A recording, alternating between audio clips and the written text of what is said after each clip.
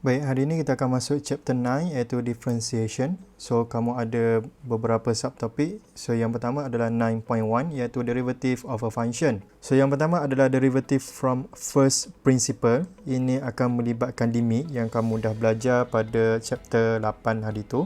So, the purpose of getting the tangent line or gradient at the point A on the graph is called the differentiation. So, itu adalah dia punya definition. From the first principle or differentiation using definition. Baik, so maksudnya macam ni. Kalau katakan saya ada satu graf, okay, dan saya nak tahu pada point A ni dia punya gradient. Okay, gradient tu adalah kecurunan lah. Okay, saya nak tahu kecurunan ni. So, saya kena buat differentiation. Itu maksud dia. So, yang pertama sekali adalah kita akan belajar menggunakan first principle. Iaitu kita akan gunakan rumus yang ini.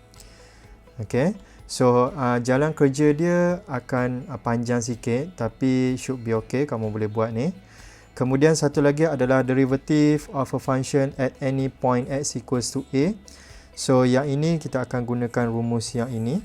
Okay, f prime a is equals to limit x approach a, yang fx minus fa over x minus a. So kita akan tengok satu persatu. Yang pertama kita akan tengok macam mana nak selesaikan guna cara ni. Kemudian cara nak selesaikan guna cara ni.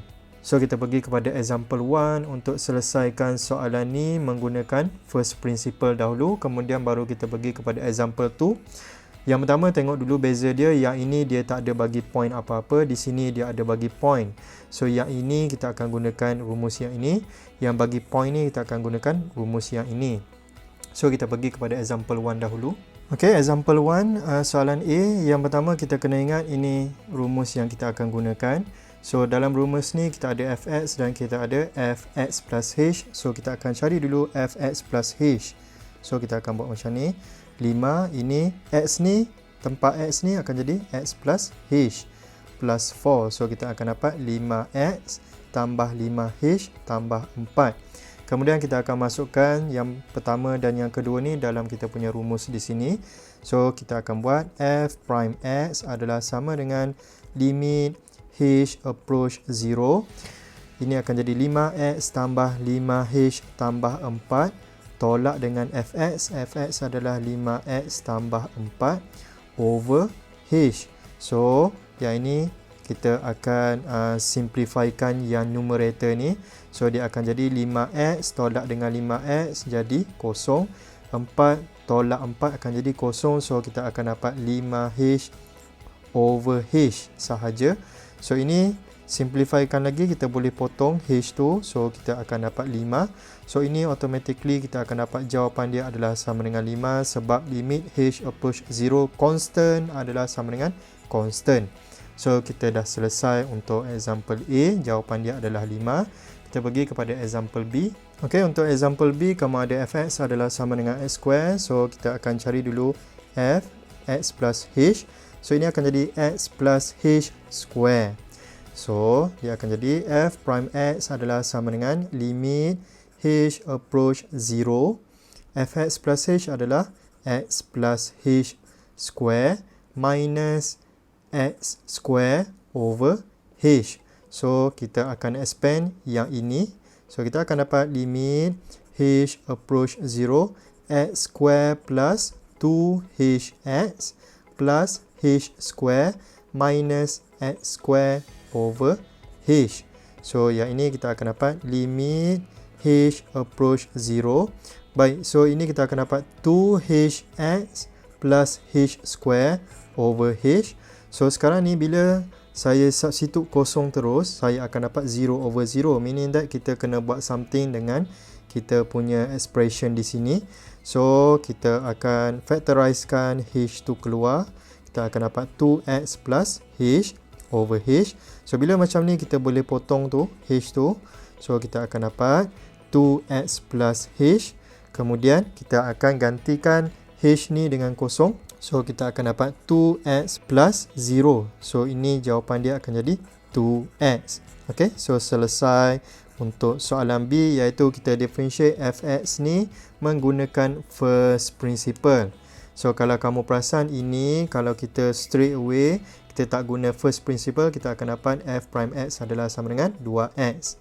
Okey, ini turun depan kan? Okey, nanti kita akan tengoklah macam mana nak buat. Yang sekarang ni kita belajar first principle dahulu. Okey, ini adalah soalan tambahan. Okey, sebab saya rasa dua contoh tadi tidak cukup untuk bagi kamu faham. So, saya bagi soalan yang extra. Fx adalah sama dengan 5 square root x. So, ini nak menggunakan first principle juga. So, yang pertama kamu kena buat apa? Kamu kena cari dia punya fx plus h. So, ini akan jadi 5 square root of x plus h. Kemudian kita akan masukkan dalam kita punya formula untuk first principle, iaitu limit h approach 0. 5 square root of x plus h minus 5 square root of x over h. Baik, so sekarang ni macam mana kita nak selesaikan soalan ni? Baik, caranya adalah kita akan darabkan dengan conjugate. So, conjugate-nya adalah yang atas ni. So, dia akan jadi macam ni. Limit h approach 0. Darabkan dengan conjugate dia, iaitu 5 square root of x plus h plus 5 square root of x over benda yang sama.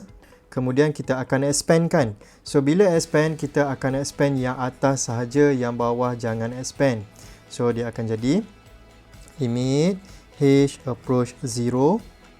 Yang ini akan jadi 25x plus h minus 25x over, okey, yang ini kita letak sahaja dalam kurungan. So, dia akan jadi macam ni. Kemudian, yang atas ni kita akan expand. So, limit h approach 0, 25x plus 25h minus 25x over h. Yang ini jangan expand. Okey, tulis sahaja macam ni. Kemudian, apa yang kita boleh buat? Kita boleh cancel out 25x ni. Okey, dia akan jadi tinggal 25h sahaja. Okey, so dia akan dapat macam ni. H 5 square root of x plus h plus 5 square root of x.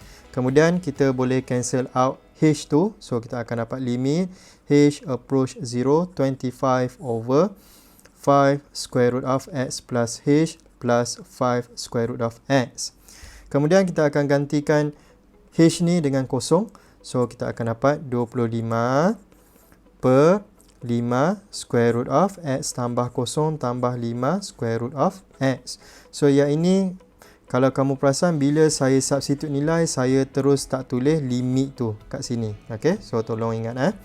So ini akan jadi 25 over 5 square root of x tambah 5 square root of x, meaning that kita akan dapat jawapan dia adalah sama dengan 25 per 10 square root of x. So ini simplifykan dia, kita bahagi 5. So kita akan dapat 5 per 2 square root of x. So inilah jawapan dia.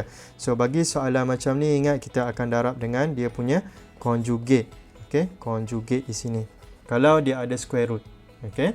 So itu sahaja video untuk example 1. Kita akan sambung pada example 2 pada next video. Itu sahaja. Thank you guys.